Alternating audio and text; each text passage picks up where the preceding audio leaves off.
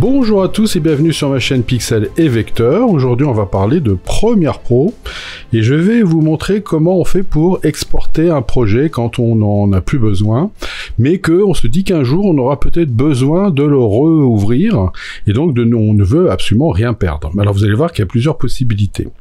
En tout cas, voilà, je vais partir de toujours le même fichier qui s'appelle le départ du photographe.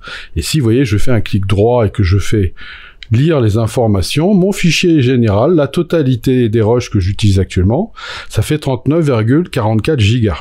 Bon, évidemment, j'ai pas besoin de tout ça. Quand je vais enregistrer, je vais faire ma sauvegarde, j'ai envie de ne garder que les fichiers qui m'ont permis de faire mon montage. Donc ça devrait permettre comme ça de faire descendre le poids de mon dossier. Alors, je vais aller chercher donc mon Premiere Pro qui était sur mon autre écran. Voilà. Ok, très bien. Et là, eh ben, je vais aller chercher donc départ et je vais cliquer là-dessus. Vous allez voir, ça va s'ouvrir. Voilà, je fais OK là-dessus, je m'occupe pas des messages d'erreur, je passe sur montage, et voilà. Et vous voyez que j'ai ici mon montage. Alors mon montage a une séquence qui s'appelle séquence, et en fait il y a une séquence imbriquée qui est ici, et qui s'appelle le titre, qui est le bon vieux titre de base. Voilà, hop, voilà, bon. Et donc cet élément-là, je pourrais éventuellement en faire une séquence imbriquée, pour que vous voyez bien que en haut, quand on va le faire, on va cocher toutes les séquences. Alors là, oui, je vais faire une séquence imbriqué, même s'il n'y a pas grand chose dedans, mais c'est juste histoire, voilà, je vais mettre titre devant, voilà, paf, voilà, donc j'ai une séquence imbriquée, parfait, très bien. Alors la première chose auquel on pense, c'est de se dire, bah, il suffit de faire fichier, enregistrer sous, et puis voilà, c'est réglé. Je vais sur mon bureau, je vais sur sauvegarde, oui, je me suis créé un petit dossier sauvegarde, voilà, je vais l'appeler le départ, et puis je vais même mettre comme ça du photographe, et puis ça y est, tout est réglé. Alors évidemment, je vous dis tout de suite, surtout pas, ne faites jamais ça, je vous montre pourquoi. Voilà, là, effectivement, j'ai fait ça. Voilà, qu'est-ce qui se passe? Si je viens ici, dans mon élément sauvegarde, j'ai bien un élément, voilà, qui s'appelle le départ du photographe.prproj. C'est-à-dire que c'est le projet, c'est-à-dire que dans ce fichier-là, vous allez avoir la totalité des agencements de votre montage. Mais en aucun cas, vous aurez vos originaux. Vous aurez les plans qui vont être justement agencés. Pas plus que les sons et que tout ce qu'il faut. Donc en fait, là, vous serez bien embêté parce que vous aurez bien un projet, vous allez pouvoir l'ouvrir dans Premiere Pro et Premiere Pro va vous dire où sont les originaux, où sont les plans, où sont les sons, où sont les musiques, où est tout.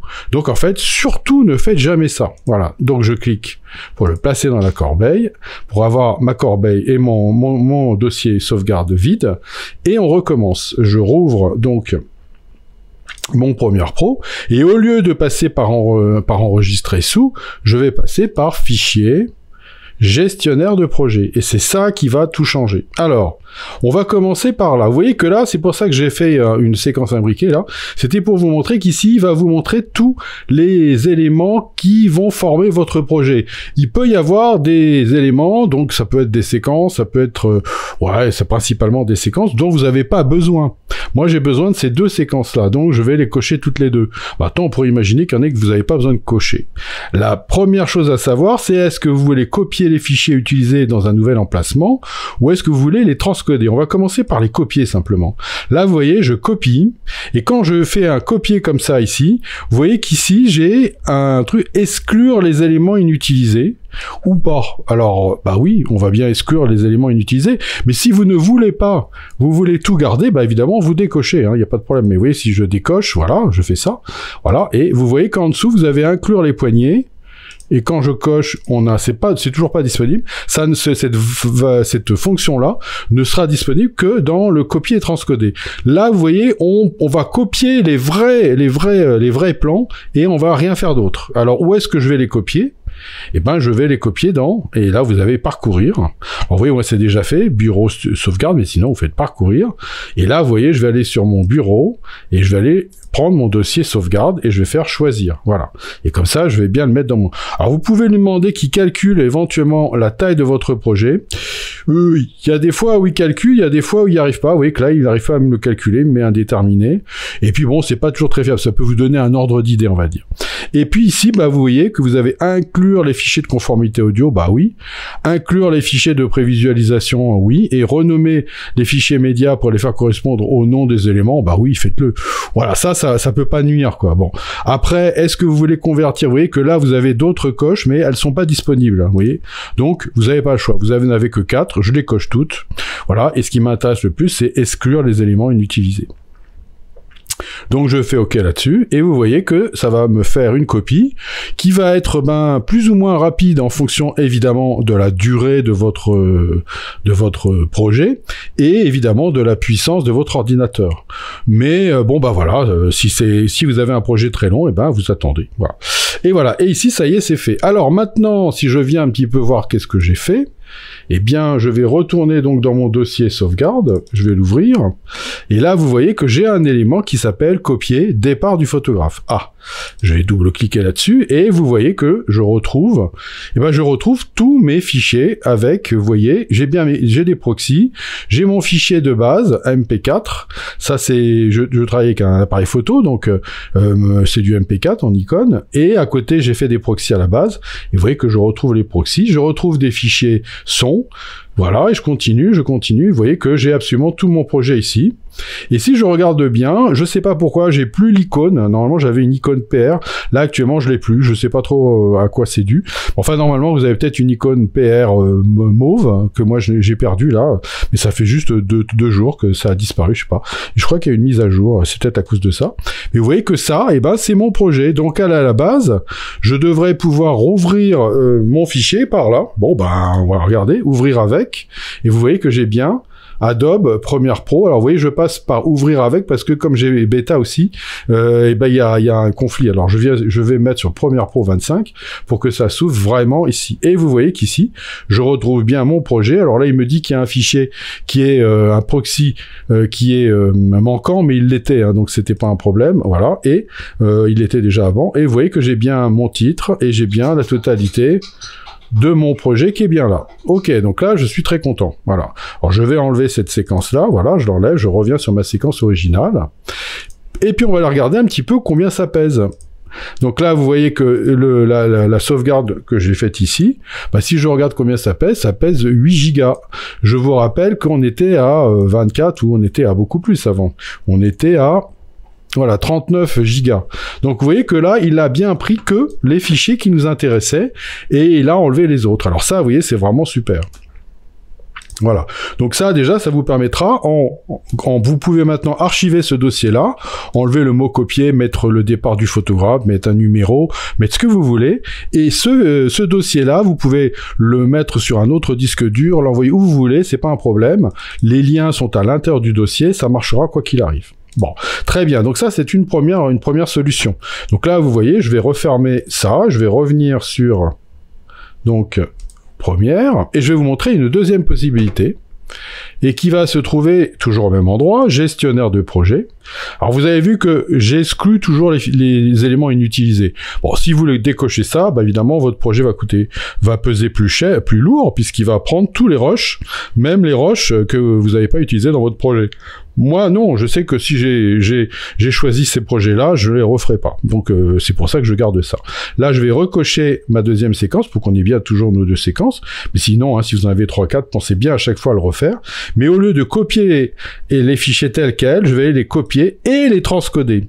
C'est-à-dire que je vais lui dire, je voudrais non seulement copier dans un dossier ce que j'ai fait ici, mais en plus, je voudrais qu'il soit donc copié dans ce qu'on appelle un codec intermédiaire. C'est un codec que le logiciel Premiere va être capable de lire beaucoup mieux. La plupart des fichiers qui sont là, notamment les MP4, les Move, c'est des fichiers qui sont compressés. Donc il est obligé de les décompresser avant de pouvoir les jouer. Et si je fais copier et transcoder, il a plus besoin de faire ça.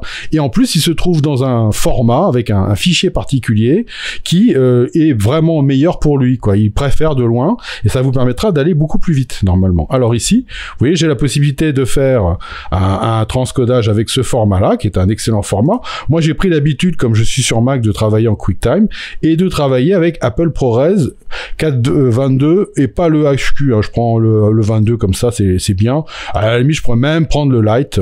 Je verrai pas la différence. Je crois, d'ailleurs, je vais le faire. Voilà.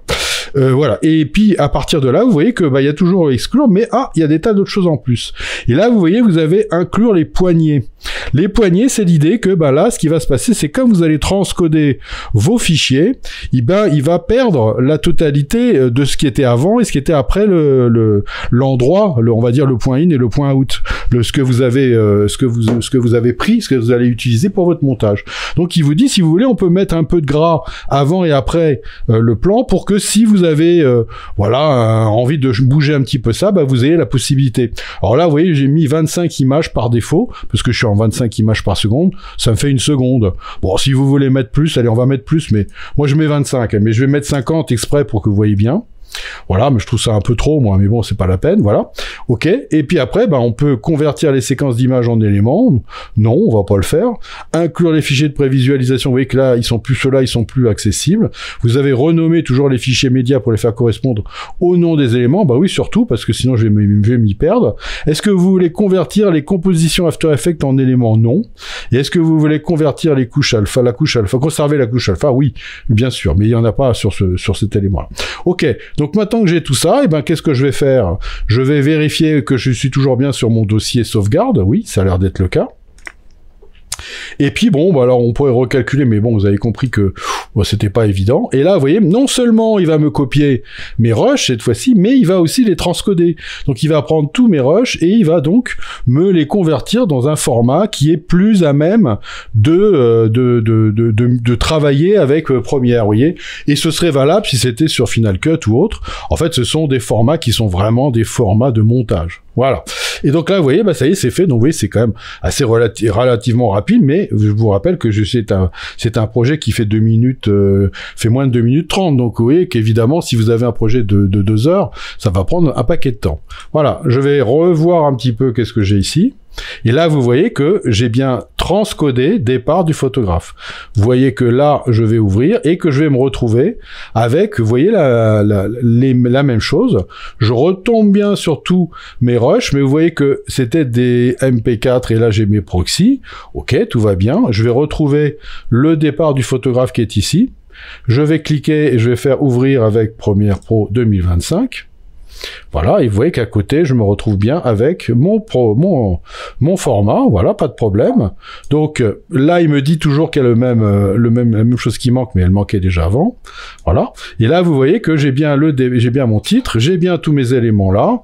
Et donc, si je viens prendre n'importe lequel des plans, je vais prendre ce plan-là.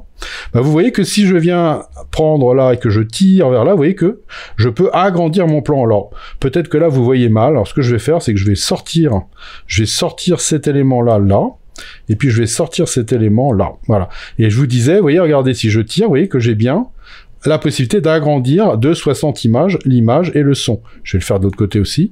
Et vous voyez que là aussi, j'ai la possibilité d'agrandir un petit peu mon plan. Vous voyez qu'on voit bien là que le plan était agrandi. Donc ça, c'est la fameuse poignée, vous voyez, qui là est de 50 images. Voilà.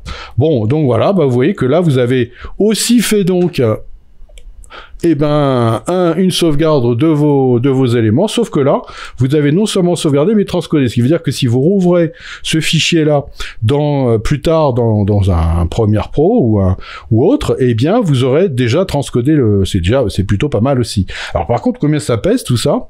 Vous voyez que ça pèse 7,63 contre 8,73. Donc vous voyez que là on a encore fait une petite on a fait petite économie, et vous voyez que ça reste à peu près identique. Donc c'est à vous de savoir si vous préférez transcoder ou pas.